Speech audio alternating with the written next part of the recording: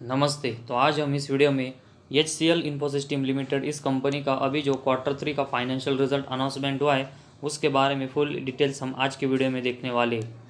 तो इस Q3 का जो रिजल्ट है उसके सभी नंबर से वो लैक्स में है, तो उसको हम करोड़ में कन्वर्ट करके देखेंगे ताकि क्वार्टर रिजल्ट समझने में हमें एकदम आसानी हो। तो सबसे पहले हम इस Q3 का जो रिजल्ट है उसमें कंपनी का टोटल इनकम के बारे में इंफॉर्मेशन देखते हैं, जिसमें अभी Q3 में कंपनी का टोटल इनकम 1111 लाख मतलब 11 करोड़ का कंपनी ने इस Q3 में टोटल इनकम जनरेट किया है, जो कि इसके कंपेरेटिवली अगर हम Q2 में देखेंगे तो उस समय कंपनी का टोटल इनकम 1368 लाख मतलब 13 करोड़ का था। तो 13 करोड़ से कंपनी का जो टोटल इनकम है वो ड्रॉप होकर अभी इस Q3 में 11 करोड़ का हुआ है। तो क्वार्टरली बेसिस कंपनी के टोटल इनकम में हमें ड्रॉप देखने को मिला है, जो कि नेगेटिव साइन है। और उसके साथ ही में अगर हम पिछले साल के Q3 में देखेंगे तो उस समय कंपनी का टोटल इनकम 1486 लाख मतलब 14 करोड़ का कंपनी का टोटल इनकम हुआ था, जो कि अभी इस Q3 में ड्रॉप होकर 11 करोड़ का हुआ है। तो लगभग 3 करोड़ का जो ड्रॉप है वो कंपनी के टोटल इनकम में ईयर और एयर बेस देखने को मिला है। तो क्वार्टरली और ईयरली बेसिस दोनों बेसिस पर देखेंगे तो इस कंपनी के टोटल इनकम में गिरावट देखने को मिली, जो कि इस रीज़न की वजह से कंपनी का नेट प्रॉफिट और अर्निंग पर शेयर है वो भी हमें ड्रॉप होते हुए देखने को मिल सकता है।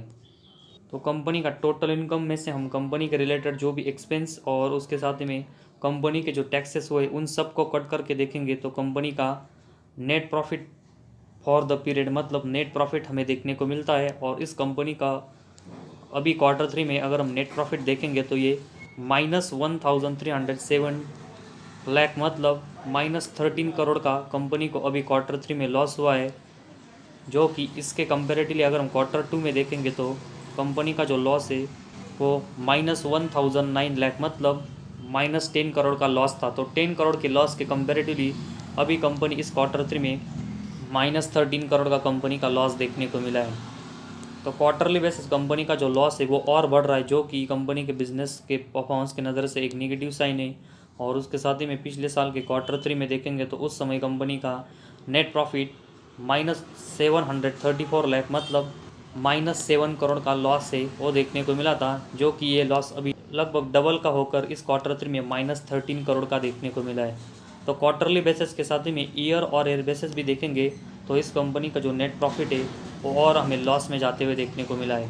और इसके बाद लास्ट में हम कंपनी का अर्निंग पर शेयर के बारे में इंफॉर्मेशन देखते हैं, जिसमें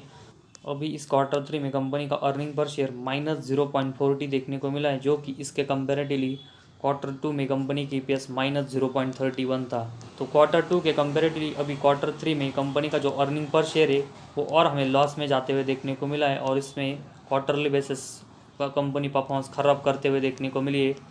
और उसके साथ ही में पिछले साल के Q3 में देखेंगे तो उस समय कंपनी का EPS -0.22 था, जो कि अभी ये लॉस बढ़कर इस कंपनी के EPS का इस Q3 में -0.40 कंपनी का होते हुए देखने को मिला है। तो इस कंपनी का अर्निंग पर शेयर है उसमें भी क्वार्टरली और ईयरली बेसिस है वो कंपनी के परफॉर्मेंस है वो ड्रॉप होते हुए देखने को मिले, जो कि कंपनी के ग्रोथ के नज़र से एक बहुत ही नेगेटिव साइन है। तो इस कंपनी का अभी हमने टोटल इनकम, नेट प्रॉफिट और अर्निंग पर शेयर इन तीनों सेगमेंट का परफॉर्मेंस देखा है। और इन तीनों सेगमेंट में कंपनी के जो परफॉर्मेंस है वो क्वार्टरली और ईयरली बेसिस डाउन होते हुए देखने को मिले, जो कि कंपनी के आने वाले ग्रोथ के नज़र से एक नेगेटिव साइन है। तो इस कंपनी का जो Q3 का फाइनेंशियल रिजल्ट है उसमें सभी सेगमेंट में कंपनी के जो परफॉर्मेंस है वो डिसअपॉइंट कर रहे हैं, जो कि कंपनी के आने वाले समय के ग्रोथ के लिए बहुत ही नेगेटिव साइन है। और इसी वजह से इस कंपनी के शेयर में हमें इस कंपनी का Q3 का जो रिजल्ट है उसके बाद प्रेशर देखने को मिल सकता है।